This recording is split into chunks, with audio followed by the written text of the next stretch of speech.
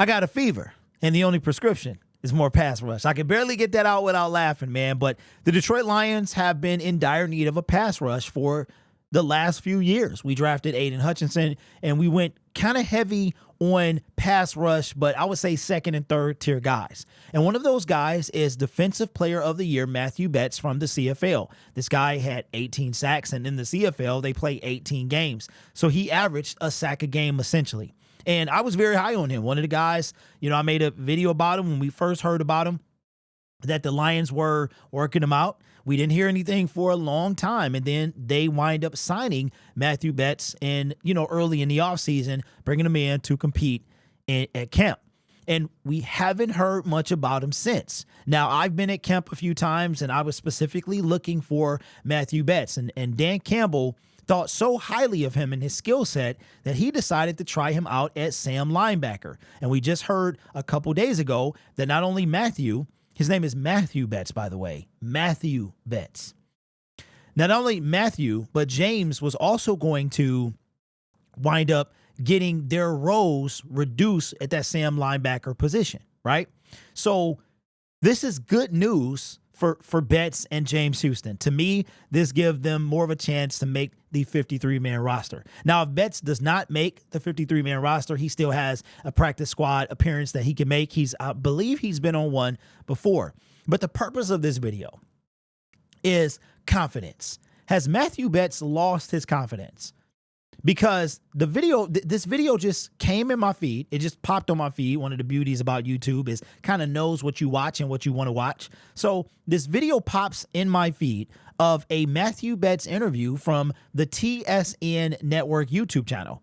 And as I'm watching it, and I'm not trying to be offensive here, but I know certain countries have really nice people. And one thing about Canadians is it's like they're super nice. And that is my experience with Canadian folks, most of them, right? And also people in the UK. Seems like they're super nice, apologetic, like they don't want to ever offend you, anything like that. I mean, fun fact, if you didn't know, Ryan Reynolds and Hugh Jackman is Australian, Ryan Reynolds is Canadian. So I just thought I'd throw that out. It's a lot of Canadian actors and actresses that you probably didn't know were Canadian, but I'm sure you knew Ryan was.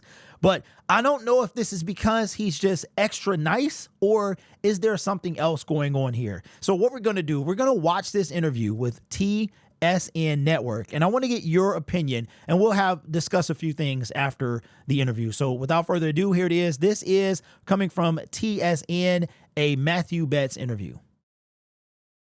With Matthieu Betts, last season's Canadian Football League Defensive Player of the Year here at Detroit Lions camp. Matthieu, tell me a little bit about how this has been going for you over the last few weeks. Yeah, I mean, this has been going great, honestly. It's training camp, right? So it's obviously it's a long days for a couple of weeks here, but no, it's the one day at a time mentality, and the whole purpose is to get better and get ready for the season. So we're pretty much halfway now, and I mean, I'm really happy with where I am right now, and I'm just trying to focus on my fundamentals and get better, and that's how you can be able to help this team win football games. So that's really where my mind is at right now. What are the things you're trying to demonstrate to this coaching staff? You mentioned fundamentals, but in terms of things that you can do to help the Detroit Lions, what are you trying to demonstrate? Yeah, I mean, obviously versatility. I mean, I think they knew coming in that I was somebody who did good at rushing the quarterback in the CFL. So I mean, they've put me in different spots. I mean, on special teams and a couple of places on defense. So really, it's just to show that you can do what's asked out of you, to set edges, if it's dropping coverage, to fit the right gaps, and when it's time to put pressure on the quarterback, do that. I mentioned it earlier, special teams, but had the chance to play a little bit on punt and punt return at the Giants game in the preseason. So no, really, it's the more you can do, and it's to focus on little things and be the best as possible executing that. So yeah. Is that a little different, like playing some linebacker and playing on special teams, where obviously in the CFL those were not the things you were doing there? No, but I did a little bit of all of that during my CFL years. I mean, obviously played a little linebacker, both with Edmonton and BC, and no, people don't give me credit for that, but I did play special teams all of my years in the CFL also. So I mean, it's nothing new to me.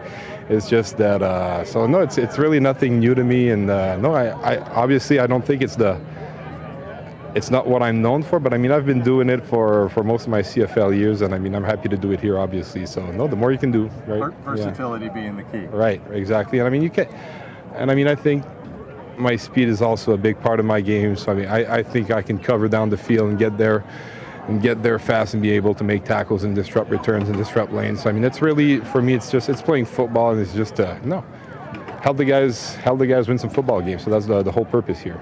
This is not your first NFL training camp. When you came out of Laval, you were at the Chicago Bears. Could you just compare the experiences, being here with a number of years of pro football experience under you compared to when you were at that Bears camp several years ago right out of college? Yeah, it's hard to explain, but I mean, it makes a lot of difference, honestly. Just knowing what to expect, what's expected out of you, how to conduct yourself, how to, just how to change little parts of your game when you're asked to modify a technique or anything like that. So I mean, I feel like I'm more ready, obviously playing higher level football in the CFL versus college. So I mean, there's a lot of things on my part that I think that helped me throughout my pathway in the CFL. And no, I think I've grown as a player, as a human being, and no, I'm just happy to be here. And I mean, it's been really, really fun. And I mean, you talked about Chicago. It feels for me like a lifetime ago.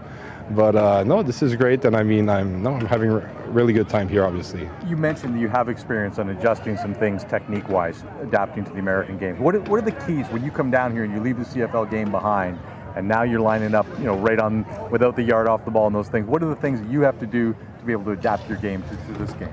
Yeah, to me, honestly, it's just, not that it's hard to explain, but it's just the little details of the game. I mean, the angles are a little different because not only the yard, but there's not as many players. The run schemes are a little bit different. The timing's a little bit different in terms of the passing because they don't get the waggles and everything.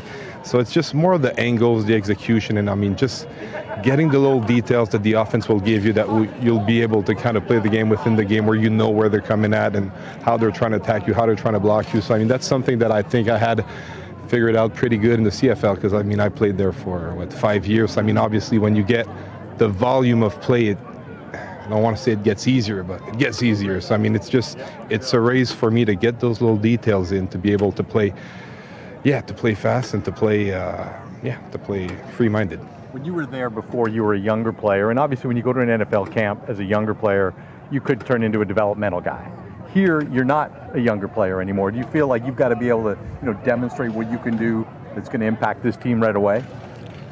Yeah, you know what? I think in pro football, there's not much place for development, to be honest. I mean, they're looking for people to help them right now. And I mean, as a football player, I mean, the only thing you can do is be good at football. So that's what I'm trying to do right now. Well, you're pretty good at football, Matthew. I appreciate your time. Thank you, Dave. That's nice to hear. Wish you the best of luck the rest of the way. Well, thank you, Dave. It was fun to see you here. Yeah, awesome. All right, so there you have it. So what did you get from that? What did you hear? Did you hear confidence? Now, I was watching that, right? And I'm saying to myself, now I do realize that is after the Monday practice. So if you guys don't recall, Monday's practice was a later practice. So it was a practice that was at 6:15, so that was after it was over. So I'm guessing right around 8 o'clock, you can see the sun directly behind Matthieu about to set. But he didn't seem too confident. He could have been tired. It was hot. It was a long day. Could have been tired. But it was some things that he said in there that I was just like, I wonder if you remember Dan Campbell kind of alluded to something like that as well, like having him do something. And I forgot to change the camera angles, man. I'm so mad. I'm so mad because I forgot to change. You can't have the fancy schmancy stuff, man, and then forget to change the camera angles. It's the whole point. But Dan Campbell was kind of alluding to the fact of maybe his confidence getting shook because we're having him do too much. We're going to dial it back. We're going to not leave so much on his plate. We're going to, and the same thing with James Houston, as I mentioned earlier. So, and then at the end, something that really stuck out to me, and this is the part that when I heard this, I was like, you know what? I said, this might be where like a real Matthieu Betts, it might be something to this. When Matthieu said, he said, you don't have time to adapt your game. You don't have time. You do not have time to adapt your game. They want you to help. You got to be able to do something now. And he doesn't have time to really develop. You don't. And what did I say the other day about Hendon Hooker? Like, the one thing Hendon Hooker does not have is time. You need time. And Matthieu, so was it just me, or was Matthieu tired? Do you think it was a combination of both, or do you think there's nothing here? I think that it might be a combination of both, that he was tired, it was a long day, but also he may not feel like he's doing a good enough job. And maybe it's because of that Sam linebacker role responsibility that him and James Houston had. Not something that he has said that, you know, you could hear that the CFL does not, when we say like the NFL is the cream of the crop and you do this in the CFL, but it doesn't translate to the NFL. I could hear that in Matthieu's voice. Like, when he was on the Bears, he didn't even crack the 53-man roster. He goes over to the CFL, completely dominates over there. So much so, wins Defensive Player of the Year. He gets on the NFL, on the Detroit Lions, and he might not even make the team.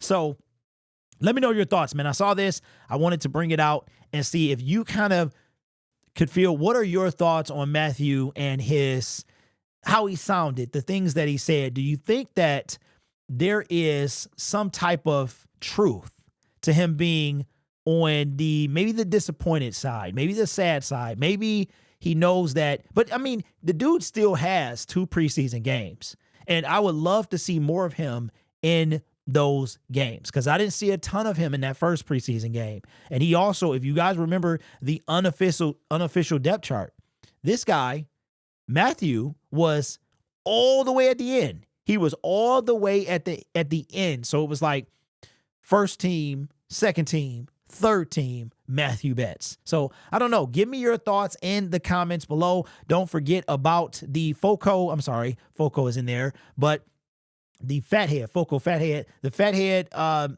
20% off code for even if you're not a new purchaser. Just it's NFL. What is it? I forgot it.